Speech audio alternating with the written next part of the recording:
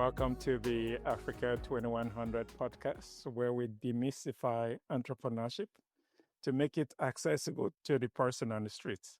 I'm your host, Chudi Obiaye. This season, we are following the journey of those who were in the diaspora but since returned to the continent and are building impactful ventures. There is a saying that which doesn't kill you only makes you stronger. Today's episode highlights how your resilience doesn't just help you endure challenges, it strengthens your capacity to persist through them. Our guest today is Jean-Jacques Bissouma. Welcome, Jean-Jacques. Thank you, Trudy. Thank you for having me. The pleasure is all mine. So, Jean-Jacques, if you could start out by introducing yourself to our audience. Who is Jean-Jacques and what work do you do? Okay, so again, my first name is Sakiekwa. It's more like my African name. I'm from a tribe from the Ivory Coast, but we usually call Ivory Coast today Côte d'Ivoire. Is in French. So I was born in 1974. So I'm actually close to 51. I come from a tribe from my dad's side is Bete, from the west side of the country, and then for my mom, I'm a Dida. I think it's always very important to understand where we are coming from. So I grew up in mainly in Abidjan, which is a capital of the country. I left, Cote d'Ivoire when I was around, I would say 15, because of some situation, political and also social situation at the time. So my parents decide to send me away. Actually, we are 6 children, but at the time, my older sister and then myself, I'm the second child, we were sent to France because Cote d'Ivoire has a very strong tie with France. Actually, we were colonized back in the days by by France. So it was easier for my parents to send me to France because we are a francophone country because of the situation. So I Well, did. Jean-Jacques, when you say the situation, what situation are you referring to?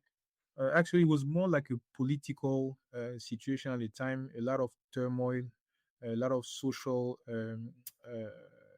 difficulty we had at the time. We had what we call like white year. So school was closed. We're not able to go to school, at this time. So my parents, kind of decided me not to lose so many years, at school. They decided to send us away. It was kind of like a sacrifice for them at the time because not all of us were able to be sent away, but it was, the older, children that were sent, away. All right. Okay. So you refer to that period as a white year? What is it called? Année blanche. So this is a non-productive, school year. It's like when we have some disturbance in a country. So what can happen, for the country is like we have a lot of, strike. At the time, we're not allowed to go to school. So because my parents did not want us, as the older of the family, to lose some school time, they decided to send us away. Okay.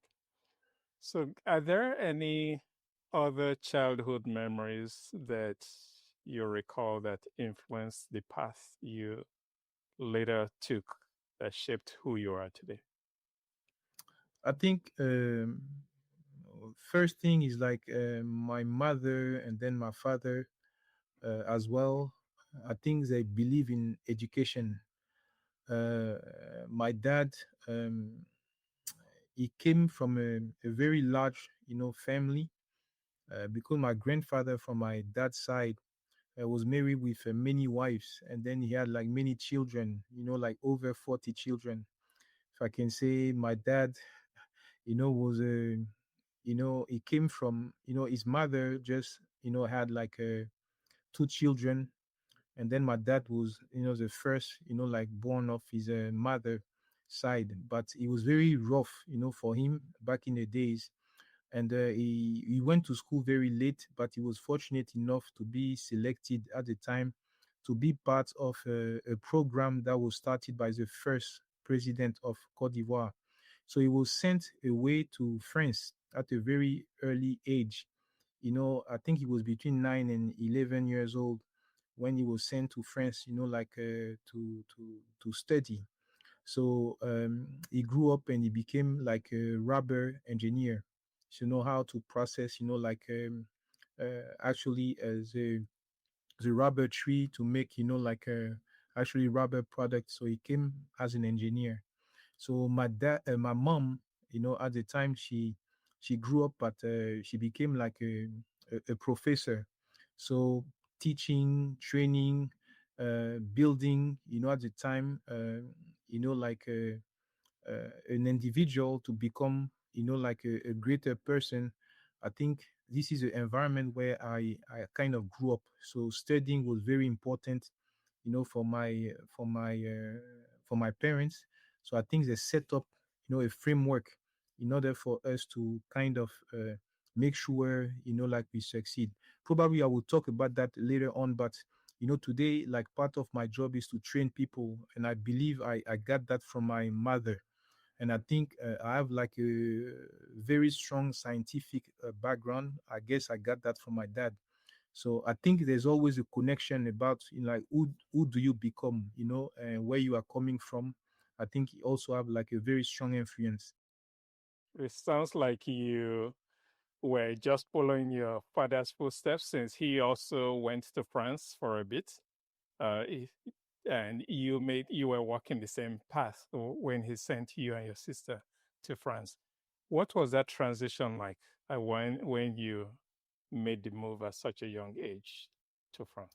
No, it's like to be clear and then to be honest. I think it's very difficult because you are very young. I think you leave a environment where it's kind of protective to go to a kind of a non environment. What I can say from some of the memories I have here, I think the first year was very difficult. I remember, when we left, I didn't want to go, because like it's not like a vacation trip where you can go with your family. For example, it's like this environment where you're going to live by yourself. We have like someone who was responsible, but the person in France that was responsible of us is not a person who's kind of watch you, 100% of the time. It's like this is a person you refer to in case of some problem. I remember my sister, she was in a board school. I was not allowed at the time to be in a board school because there were no room for me. So I had to spend time living with, like the reference we had at the time. So first thing you leave, like the family environment to go to a non-environment. So it's very difficult. At the time, I remember I used to call every day. Like my parents, especially my mom. Call every day, you mean call your parents Yeah, every day to speak yeah, to them? every day. Yeah, to try to speak, especially with my mom, because my dad was very strict. So I remember one time I called, and when my dad heard my voice, and then he hung up the phone, and he called me back later on. He said, like, you are not supposed to call like that. You need to, try to get used to your environment and try to integrate this new environment in everything you do on a daily basis. You can call us once a week. So again, it was very difficult to try to live like that, but then you get used to it, because I feel like you move from one environment to try to create a new environment based on some foundation you may have received. So then the foundation was, get to know some people at school, make some friends. Again, what kind of helped me, because my dad was he used to play soccer, back in the time. He used to be the Côte d'Ivoire, like the trainer of the national team of Côte d'Ivoire as well. I think it kind of helped me also when I was younger to develop some athletical skills, which kind of helped me in France, because I used to have like a, friend at school, and also with my team. They were kind of like a family for me. So you kind of rebuild this type of environment. So, how did you feel? Did you feel neglected? I mean, especially after that incident with your dad hanging up the phone on you. Uh, Yeah, what yeah. were going through your mind? You I know, mean, as a year old. I think like we all carry tears inside ourselves. So emotionally, it was very hard. So I kind of cry. When I was 15, like I was kind of crying. You feel like they don't probably they sacrifice you. They don't like you. Maybe you have done something wrong. It's kind of like a punishment. But over time, I think it was kind of a blessing. And when I look back, I think it was the right decision because it kind of built resilience. Uh, like in you. And I think he's, like probably you don't appreciate, because there's a lot of knowledge you don't have, at the time. So, but this is thing I've learned over time. But emotionally in the beginning, yes, it was very difficult, very difficult.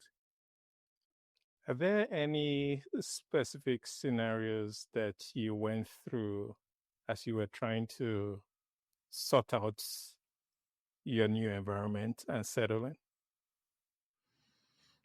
It's different thing. I remember, you confront to, what we can call racism. Like sometimes it depends on how we define race, but at the same time they maybe some people in the world they may not like where you are coming from, what you look like. But I feel like sometime on a daily basis I was never confronted to this type of thing. But then the funny thing, even is not really funny, but what I call funny, sometimes you laugh about how people may criticize the way you look, the way you are, and things like that. Because I believe that before, which I didn't know, like before my parents, like let me go with my sister, I think they gave us some strong foundation about who we are.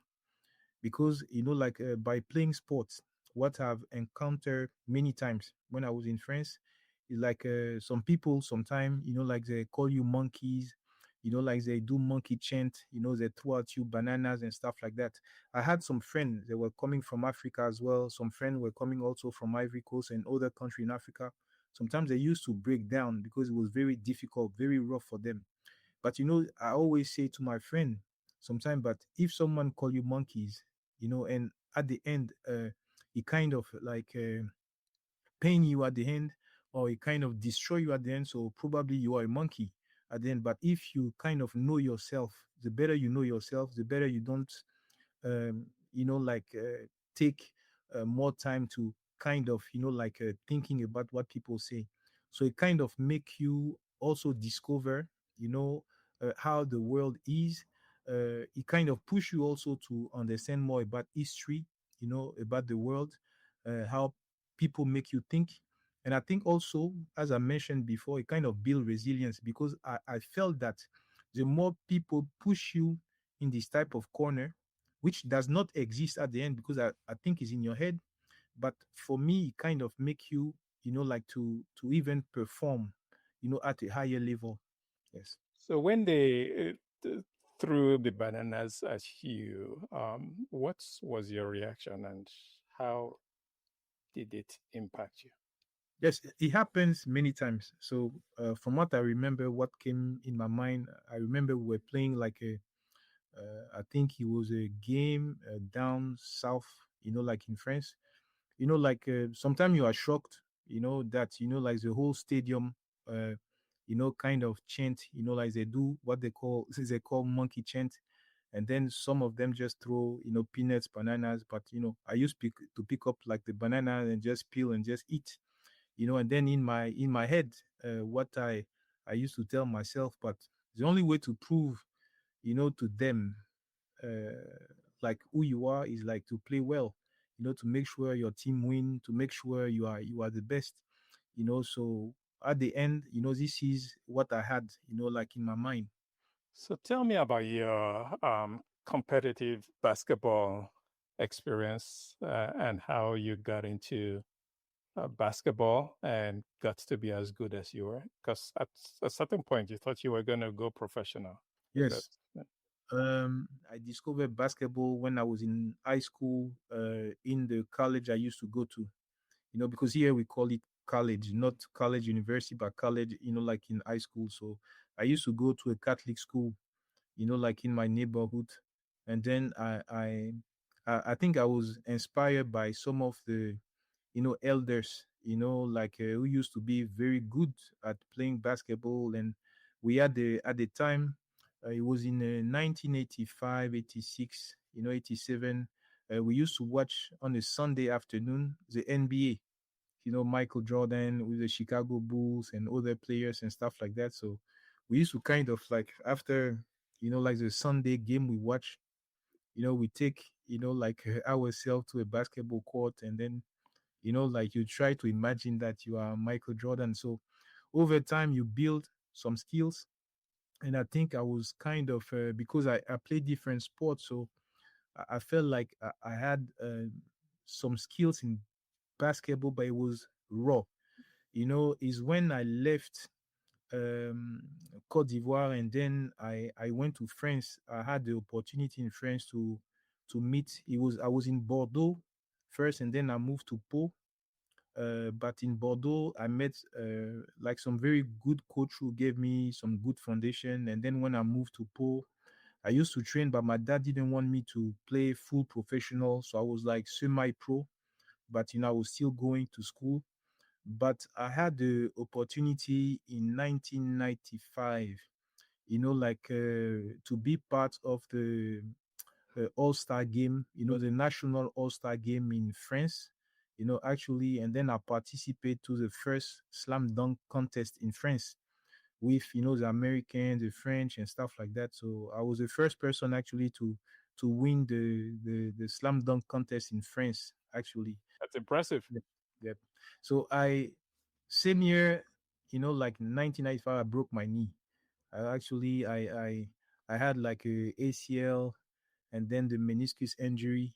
Then that led me to like a surgery, and then I was trying to come back after that, but it was very difficult, like to come back physically.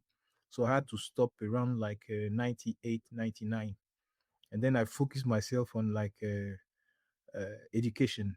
Yeah. Mm. And how did that feel for you, given your aspirations up till then? Like when I was young, like I was dreaming when basketball became a passion. So I was dreaming to go to the US universities, and to play one day, like in the NBA. I had the chance, when I was playing, when I was in Pau, I met a guy. His name was Conrad McRae, and he became one of my best friends. He used to play for Syracuse University.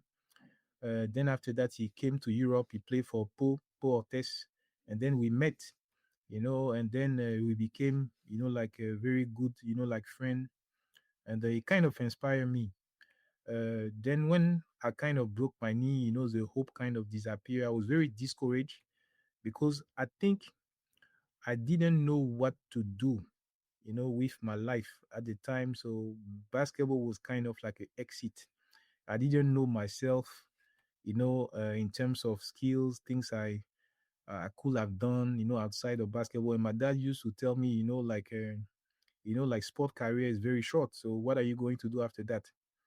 I know I could, like I used to enjoy certain subjects, like such as, like math, science, philosophy, and things like that. But I didn't know what to do except, like playing sports. So I was kind of convinced that it was only sport that was the exit for me. But when the door was closed, then I have to discover, who I really am at the end.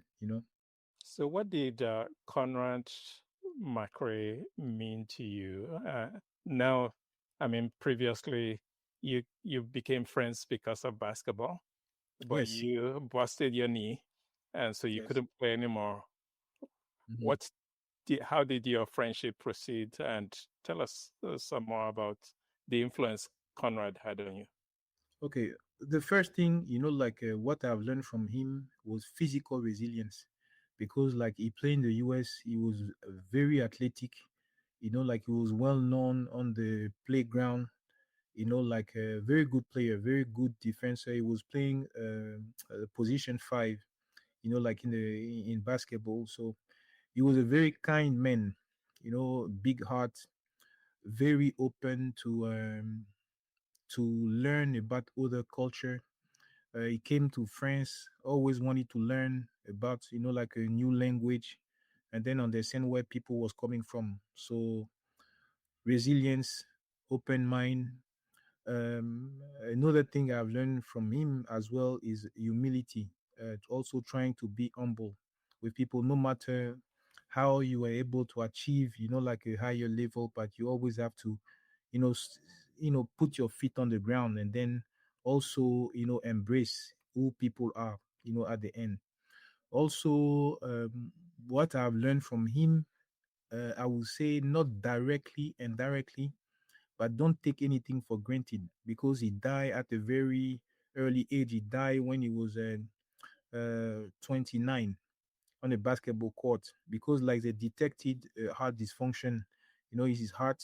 His dream was to play in the NBA. He was able to play, in the NBA Denver Nuggets, but then he was trying to play to for the Orlando Magic at the time, and then like he had a heart dysfunction on the basketball court when he was doing the summer camp with the Orlando Magic in Irvine, in California. So what have happened, like, and I remember at the time, like, it was in July 2000. I don't remember the date. I think it was July 9 or July 10.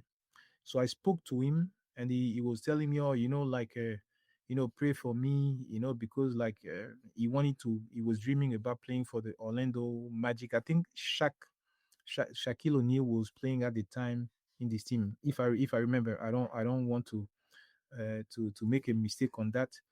But I spoke to him, and then the day after, I received a call from a, like a managing director of the team. He used to be involved in Po, and he told me, like, have you heard the news? And I say, but what news? And he said, like, about Conrad. I remember I was in the public transportation in France, and he just told me that, like, are you like like sitting? Are you standing? But when he told me that, I knew it was like a very bad news. But when we say bad news in basketball, okay, someone broke his knee, cannot play anymore. But and then he told me that Conrad passed away. I said I just spoke to him like the day before. So then, when I got home, I called at the time his fiancee, because he was supposed to get married in August, and then he died in July. So I called his fiancee. She told me it was true. I called his mother. Same news. And then this is how, like, his death led me to the US, to bury him and things like that. So this is kind of the relationship I used to have, like, with him. So you make it to the US for Conrad's funeral, and how do you now decide, okay, I want to move over to the US? How did you make that transition? First thing is, like, I have to go back a little bit. Is like, I finished school end of 1999. So the plan, I didn't want to go back to Cote d'Ivoire, because actually in 1999 we had a military coup in Cote d'Ivoire. So, but my dad told me, you finish school in France, so you have to come back. So I was not ready to come back, but I felt like I had to please, my dad. So return back. We had the coup, very difficult situation, um, like for the people of Cote d'Ivoire. So then, like, I returned back to France. It was the end again of 1999 to 2000. So I returned to So France, when right? you went back to Côte d'Ivoire, how long did you stay? I This still, was after the coup, yes, I think I spent 4 months, 4 months, if I remember, like around 4 months. and then returned back to France after that. Yes. I was looking for actually a job, So, you, like so by this time um, you've graduated and you're yes, looking I for a job. finished. yes, I finished my school. Actually, like I graduated from like the French Petroleum Institute in France, and then I was, like hoping to work in the national refinery as an engineer. But then we had the coup, and then I had the opportunity to leave and go back to France. So when I went back to France, it was to find a job, over there. It was very difficult. And then Conrad actually came back. It was around June, and then he told me that like he was preparing for the wedding. He wanted me to come around, like July, for the wedding to happen. And this was Like the wedding in the US. The wedding in was the going US. to be in the US. Yes, Okay. yes, in New York, because it was from like New York, actually. So I was happy. He's the one who kind of make me discover the US, because I was dreaming, and because of him, I visit the US. I think 2015 or 16.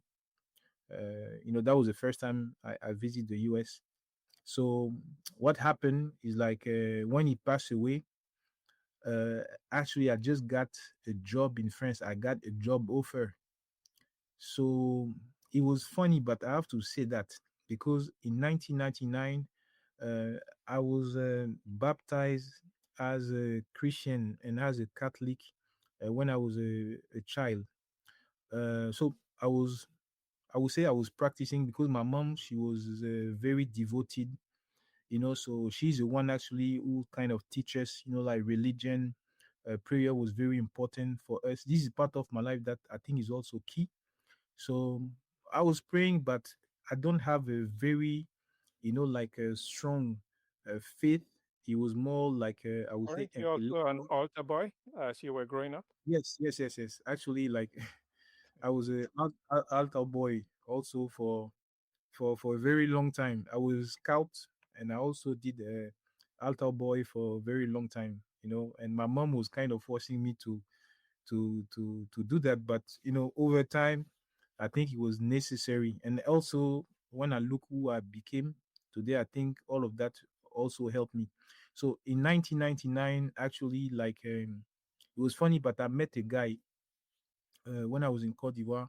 Didn't know the guy, but it gave me some insight. I didn't know how to take it, but over time, everything he told me kind of, like occur, like in my life. So and then Conrad, I felt that he knew that he was going to go. He was kind of prepared. Because when I was talking to him, he used to tell me things, but I didn't understand at the time. Is when, like he passed away, that I understood. His mother, she was very devoted. She was kind of like my mother, and she used to take me as a son, like as well. So when I came to the US for the burial, actually, she told me a sentence that the guy told me in Cote d'Ivoire. She said, "God has given, God has taken." And she said, no matter what have happened, we have to glorify God. So it kind of struck me how she was approaching, life, and she was very happy. I felt like even though she was suffering, but it was kind of like a celebration, of life, because a child have done so much for her, but it was kind of time for a child to go. So I spent some days with her, after the burial, and everything have changed. I felt like it was a place where I wanted to go. So after that, I kind of, like looking for, like a school to try to go back to school, because when I left France, actually, um, I finished, my fourth year at the university. We used to call that master, and then I went to plus, year five, actually, to do like a degree between the master and then the PhD. But I wanted to learn more, at the end. So I felt like I was not ready to go back to France, and I was looking for like a school, try to find like a American school. And this is how, I was led to Howard University in DC to complete like a master degree, in chemical engineering. So you decided to attend HBCU, which is a Yes. historical Black college and university. Could Okay. you tell us what that experience was like, attending a HBCU? Yeah, I think I've met when I met like Conrad. He introduced me to like many people. So I met one friend. We were very close, talking all the time about like Africa and thing like that. But I kind of felt that even I was born in Africa, but the history about Africa I didn't know very well, except what like they used to tell us, like in the, like history book, at the time of, like being at school, in Côte d'Ivoire. So what have happened? I registered at the time in two school. I was waiting for, the admission. It was a John Hopkins to do a PhD in bio engineering, and then he was to do, like a master in chemical engineering. I didn't want to do, like a PhD, even though I apply for a PhD, and then I say like, if I get in John Hopkins, yes, but if I get to the master, I will take it. But throughout time, like everything led me to, like the HBCU, because one thing for me was to understand about who I am, understand more about, the African history, about what really happened, because it's part of, like who we are, at the end. So I was accepted, like to, like to Howard at the time, to the, engineering school to do chemical engineering. So it was kind of a blessing for me, because if I had went to, I think, John Hopkins, it was not going to be the same experience. So for me, I think that also participate to my return back, to the continent, as well, because of the So, what experience was I had. unique about that HBCU experience that you were sure or you didn't expect to get at John Hopkins? Because one thing, at Howard, we have a mix of African American. We have a mix of, like people coming from Africa, people coming from India, people from coming from the Caribbeans and things like that. And it was a for me it was a diaspora. So we were able to discuss, we were able to learn, we were able to foster, to fertilize, many ideas. And then I had some friends, you know, um, I I I had, like who was teaching African history. I was able to read some books that kind of shape also my mind.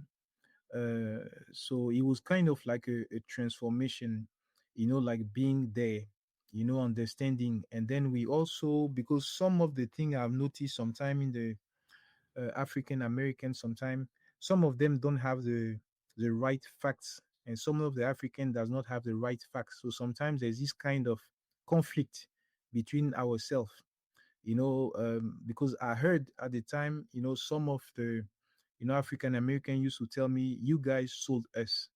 So sometimes it was very difficult, to get along between African and then African American. But I believe, that when knowledge is not there, or when knowledge is wrong, it can change the behavior we may have toward each other.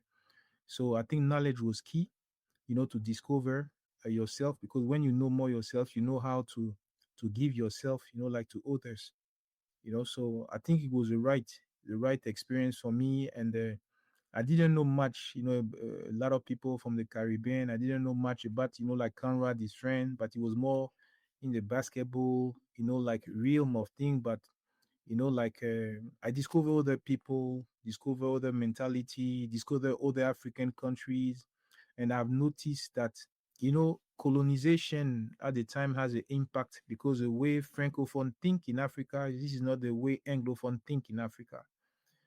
So since I was coming from a Francophone background, like acquires a Anglophone, mindset, I think it was, key for me. And it was, even though I used to dream about only basketball, but I think, like my situation kind of lead me. Even the door was closed here, but it was other opportunity that I was able to seize and then to discover, other thing. What were some of those differences between the Anglophone and the Francophone experiences that you may recall? Okay. One thing I don't want to be, like to just put this as a standard. It's just based on my, like a very simple experience of life.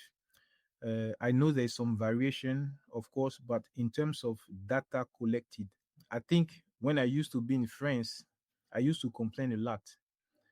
For example, my friend who used to be the way like that, you don't like something, you complain, and then you blame others and stuff like that. But what I've learned in America, instead of complaining, you try to take action, and then you just, try to be quiet and then take action to see what can I do, like to transform. This is one thing. Coming from France, I have like 5 degree. So when I come to the US, yes, I'm very well educated. If I count, okay, the number of diplomas, I had. But what I have learned about America is very, practical and pragmatic. The approach is not about collecting so many degree, but is also to to be functional, because sometimes you have people who have a lot of education, but it doesn't mean they will be uh, practical in the ways they approach. So theory is good because we cannot dissociate that. We have to be grounded in theory, but at the same time we have to develop skills, aptitude and things like that. When did you realize entrepreneurship was a calling for you? Mm-hmm. And what was your first venture to, because you just talked about um, practicalities and what you've absorbed from the American environment of not just theory, putting it to action. So when did you recognize entrepreneurship was a path, and how did you go about executing on for your first venture? One thing, when you ask me this question, I always think about a book that a mentor gave me. Actually, this mentor gave me this book. He was Dr. Glass. He was at the University of Howard, so Howard University. So he was like poor dad, rich dad, rich dad, poor dad. Robert Kiyosaki. So he gave me this book, but it's funny, but no one have given me a book about money, about finance, and things like that in my life. So it was I received all the gifts. My dad always wanted us to read, but it was not about, like money, business, and things like that. So it was the first book I received. But I read this book. It kind of take me back to my early age. I discovered that I watched my dad, who used to have a job. At the same time, he used to be an entrepreneur because he used to grow, rubber tree. You see, he used to grow that. He had like a plantation, but he never taught me about how to become, like a farmer, how to grow things. I remember when I was young, it took me probably twice, or maximum I think 3 times, no more than that. I used to see him. I used to see the trees and stuff like that, but it was not a process of learning, to teach me about how to become, like a farmer, how to grow things. I also watched my mother. She used to be a professor. I also saw her, making some plantain chips, sell the chips. I saw her making things for, women hair, because she used to sew. You see, I used to see her sew. She used to even sew our, school, like uniform for us to go to school. And sometimes I used to tell her I was passionate at the time about MC Hammer with his pants. And I remember it was funny, when you were kids, either Hammer I time. went, So you're a yes, big hammer time fan. yeah. So I used to tell her to sew like a MC Hammer pants, like I remember, but she saw that for me. I was so happy. But again, I used to also see her grow some peppercorn. But again, there were no transmission about entrepreneurship. But it kind of marked me in my mind. But then the US, through people like Dr. Glass, kind of like taught me. So I believe that sometimes you have some poor rich parents and you have some rich parents, you see. So even though they may not have the transmission, but at least they make you see certain things, which is also a key input to have. Because today, I grow peppercorn today. I also train people. My mother used to grow peppercorn. Like making clothes. Like I buy, for sometimes my shirt material. This is homemade from Côte d'Ivoire. And then I go to the tailor. I tell him how to, make a shirt. This is the way I draw my shirt myself. This is the way I want it, and then he make for me. But again, I learned that from my mom. You see, but this is how I believe I kind of was immersed in entrepreneurship. And then the first venture, I was in the US. My sister, she's a doctor in pharmacy, and at the time, like my mind's always spin. I always think about problem solution. This is the way my mind works. Every day. Like that. So I told my sister, The even though I engineering was not mind, in the the mind yes, of an engineer. yes. I always try to solve problems. So I told my sister, but I have an idea. We can sell gums in Cote d'Ivoire, but it's not, like a Some normal might gum. say We chewing sell gum. gums. Yeah, chewing gums. Yeah. Okay. So we have to sell chewing gums for people who have diabetes. So I have a brand here in the US that can work. So And my sister, sugar-free gum. sugar-free gums. You know, because I noticed in Ivory Coast a lot of people, they love, chewing gum. There's a brand in Ivory Coast back in the day. It used to call Hollywood. I don't know which company used to make that, but it was not good, full of sugar and stuff like that. But then we start, selling, that my sister was so happy. I used to be the logistics, manager, and innovation manager, trying to find a new product, and things like that, and present to her, and then ship that to her, and then she was able to sell that to different clients in the pharmacies. Yeah. So you will procure the gum out here in the US and ship it to her in Cote d'Ivoire, and she will sell it in through the pharmacy that she was running. Is that how Yes, that works? yes, yes. Okay. And how did that go eventually?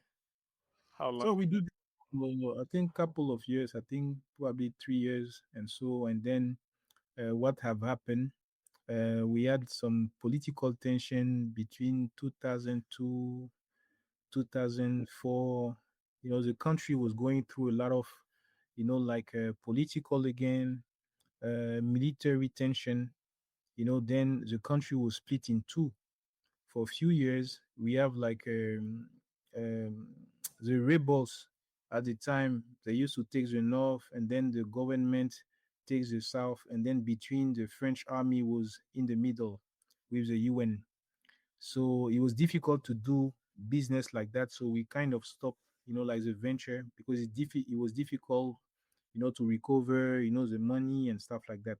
So were the rebels trying to secede from that section of the country from the rest of the country, or they were seeking something specific? Actually, this situation kind of lasts like a few years because of we had like in the beginning several attacks, like on the south, because the power, like political, economical power is in the south. So they were kind of overthrown, the power at the time, for many times. And then after that, we kind of have an agreement. The French army, UN were in the middle. They kind of separate. So they were kind of forcing, the government to go to election. So we had the election in 2010. And today, like this is a situation, the whole world know. So we had the election, and then we have two presidents, who was elected. So it was a very difficult tension.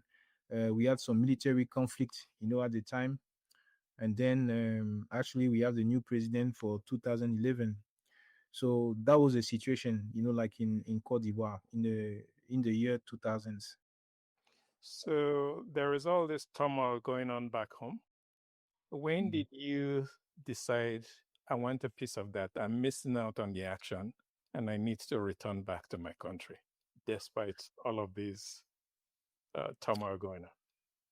No, for me, you see, from what I've learned in my life, environment is always key, but you have to be ready. You have to be ready to kind of embrace any type of environment. It can be the environment that is, like probably of good condition or a very bad condition. But the key is not the environment; is you. Are you ready? To embrace this type of environment. So during this time, I spent about um, from 2000 to 2014, like in the US. So I spent about 14 years in the US. So it was about building myself, because what I've learned throughout, this time, uh, you always get a call. Like the first call I got to leave the country was from my parents. But over your parents, what I've learned is God is calling you. So when I grew up, you get more mature, you know more about yourself, you get closer to God as well. So when time has come, I knew it was time for me to come back. But the first thing first is building. So you can uh, kind of translate that, with these analogies. Like sometimes the calling take you to kind of like a drought, a desert, for you to build yourself. And then when time has come, it will take you back to a certain place, or it will take you back to a new place, at the time. So I was not focusing. It's very funny, from 2000 to 2013, even though I left 2014, but from 2000 to 2013, I was not thinking about going back, because I want to take the maximum. The US gave me so much, in terms of building who I am, even the field of expertise that I try to promote here is from the US actually. The way I think, the way I am, like I got that from the US. Not that I forget, like what Ivory Coast gave me, Cote d'Ivoire actually, France gave me, but like that was foundation. But like the maturity, actually came from the US. So 2013, my dad was sick. He was getting very sick. So I used to come back, and try to help him, help my mom. It was very difficult here, because for 5 to 6 years, he started around, I believe, 2008. So 5 to 6 years, I have to really help them.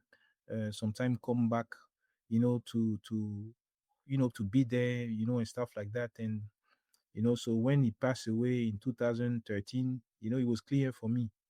For me, it's time to come back. So, now that you made the decision to come back with the after the passing of your dad, what was your expectation and how did you go about resettling back into the environment upon your return? One thing that have helped me, I think, in problem solving, there's always a key factor, that is the environment. Never, take anything for granted. Everywhere you go, environment may be different. So sometimes it's not because I've experienced some good or bad things in the US that when I go back to Cote d'Ivoire, it's going to be the same. Because remember, again, I left at an early age, environment change, so there's a lot of things you have to change as well. You have to adapt, to the new environment. So I didn't have a great expectation, because I said to myself, I left early. You have to go, because there's something I didn't tell you. When I returned, I left the US to go back to Africa. I did not want to go straight to Cote d'Ivoire. I say I want to experience a new country. So I spent 7 years in Ghana, because I wanted to learn. My transition was to move from a Western English country to African English country, and then to move to, like a francophone African country. So I wanted to learn something new. I wanted to test myself to see how I was able to adapt, to a new country. When I was in Ghana, I was traveling about 40 to 60% of the time. So I was able to discover other country I never visited before and try to blend, and then when I returned back to Ivory Coast, I felt like I was ready, like to embrace, problems, to embrace, opportunities and stuff like that. So from the US, you have a first landing back in Ghana before you now make the way back to Côte d'Ivoire. And when Yes. you made that move back to Côte d'Ivoire, what was the expectation and how did you begin to settle in? No, the expectation when I go back to Cote d'Ivoire, I knew that one thing, like when I was in Ghana, I knew one thing, I wanted to start my own venture.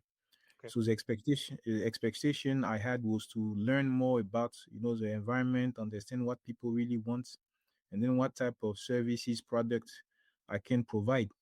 So that was my expectation, and then to kind of, like above ideas was to convert my ideas into a viable, like project for people. So when I used to work for Nestle, like as a Swiss company, and I used to deploy, like operational excellence in Nestle. Then I knew this is a type of, like a consulting firm I wanted to build. So the expectation was, just learn what people want and just, try to respond to the, like the business needs. So it's based on that, like I started, like this venture. I left, corporate and then started my own venture. What were some of the key problems or the core customer problems you were seeking to solve with your consulting company? Uh, okay. The consulting firm, we do strategy, we do management. Our expertise is operational excellence. We kind of deployed that in different fields of expertise. We do strategic planning, strategic alignment.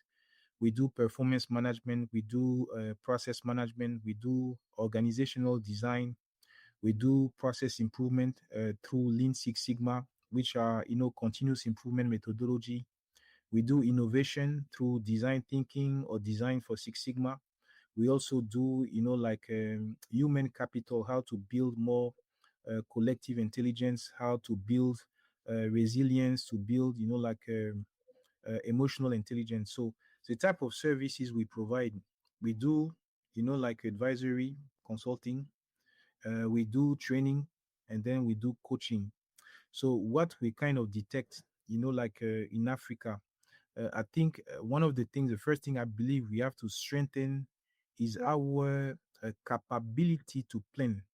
Like to plan, but the plan has to be um, dynamic. I think we found in our cooperation in Africa some opportunities to strengthen the planning process because there's some expression here. Sometimes we don't usually understand what time is all about. We believe that we always have time, and sometimes there's an expression by God grace, like, yes, it may have happened, but sometimes, planning is not key.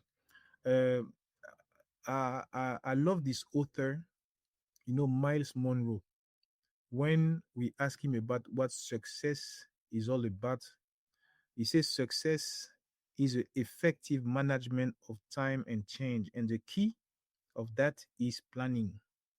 So we try to build these competencies in our communities here, professional communities, family community, because I do believe corporate need to strengthen the planning, but family also need to strengthen the planning as well. So how is Genetrix doing this? That's the name of your company, right? Genetrix. Yeah, Genetrix. Yeah. So we started, like one of the things that was difficult to get here is human resources, because sometimes we are looking for consultant in operational excellence, so it's difficult to get. But one thing I've learned is to train and then coach, my people here, my staff. But it takes time. So we have like a slow growth, but we are growing, slowly from, like the environment where we are today. It's not like when you talk about like you want to hire Lean Six Sigma, black belt or master black belt as a consultant. It's easier to get that in Europe, in the US, in Asia, but in Africa is not the case. But so what I've learned is to be more patient, like in building, like my stuff. So for sure, by doing that like that, it takes time, but it's part of, like who I am. And then the impact I also try to leave here is not about the money. I think it's a legacy I try to leave. And probably as a founder, at the end is just to build, putting my stone, and then probably someone else will do the job. So yes, by looking at from outside, if you look at only the way we make money, at the end probably yes we can make more money, but at the end is not the only, like key indicators that we are looking. For me, I look at my human capital, build a team. Like they came as individual, we used to work as a group, now we work as a team.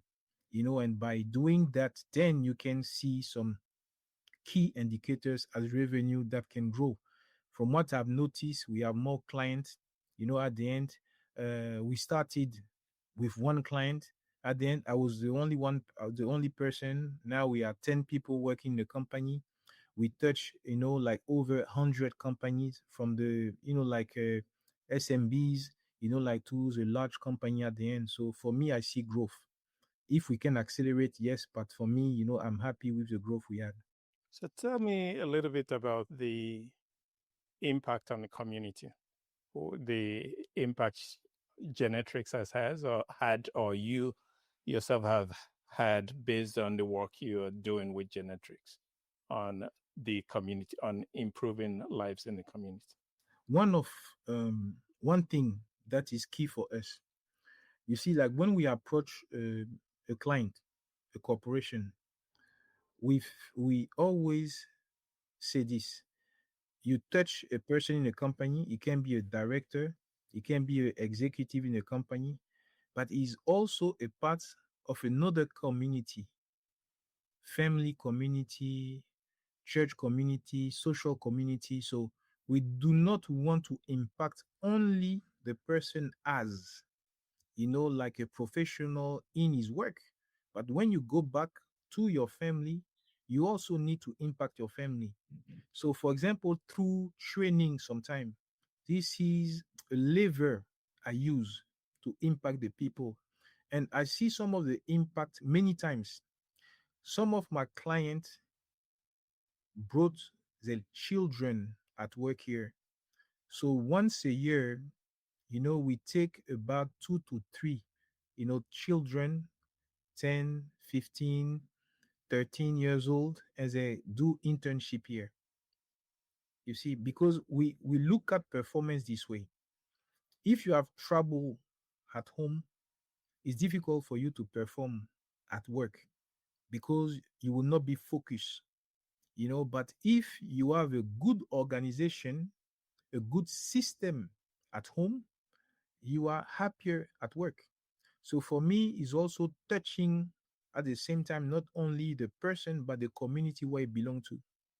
And the funny things also is that I see some customer who are inviting me in the community, church community, village community, sometime to have an impact of them.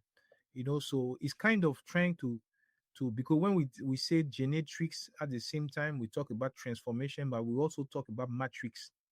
One individual is connected to several individuals. So we try to rebuild, communities like that, strengthen the community. So I see that outside of that, I volunteer a lot with young people. Um, I've met so many of them. So we have, like a WhatsApp group. Try to organize them. Some of them I've met. I convert our encounter into jobs. So I hire some of them here. They work with us here. The others, what we do, we organize master class. So they have to think, they brainstorm about a particular subject, and they share the subject. We pick a subject and then we do a master class, on the Saturdays. This is, we do it for free because we believe that we have to strengthen, the younger generation, as well. Because what we believe, we try to, I would say, like, integrate and fuse in them, the soft skills. Even I believe there are art skills like, um, creativity, like, time management, problem solving, leadership skill, emotional intelligence. We are trying to build this type of skills in them, and sometimes we share, sometimes this is not a subject we talk too much about, but spiritual intelligence as well, because we believe that, at the same time, the spiritual intelligence, this is a mother of all intelligence, as well. So this is a type of, like, knowledge, and then also, expertise we are trying to share with, the community. So, as you look back, Jean Jacques, over the journey you've traveled as an entrepreneur, what are you most proud of and why? If I look back, um, I have to say that even though it's not easy to build a family, so I see all the sacrifice my parents has made. My mother, my dad, like, my father, to raise us. So first thing first, I think, we came into a family, so the family environment, is very important.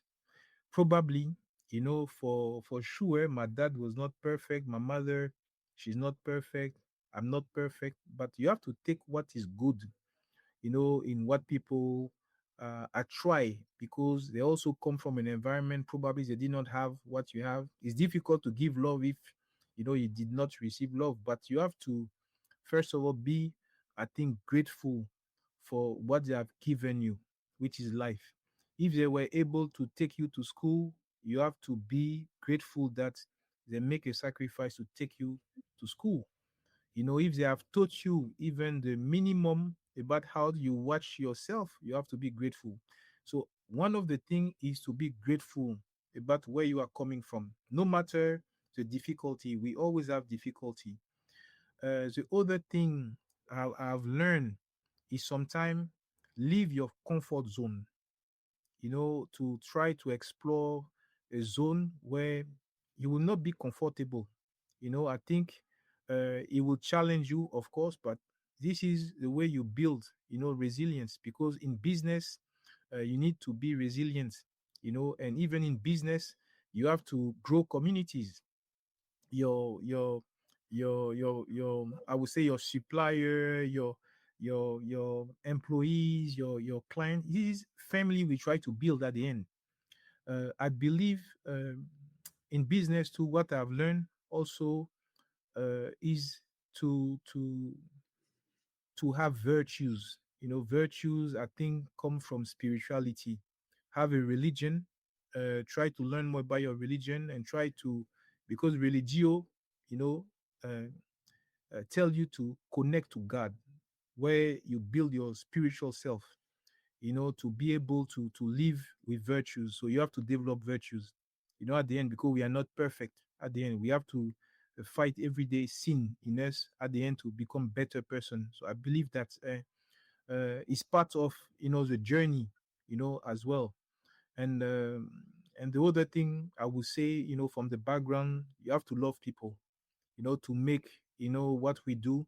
You have to love people. And I always say to myself this, and then, from something I've learned even from Miles Monroe, even though for me, so far, is one of the best person who kind of defines success in a very simple way.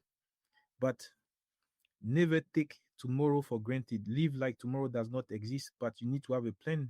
If tomorrow happen, you know what you need to do. But at the end, what I've learned, I always think about, like, if I'm no more here, So you need to incorporate death, the day you're going to live here.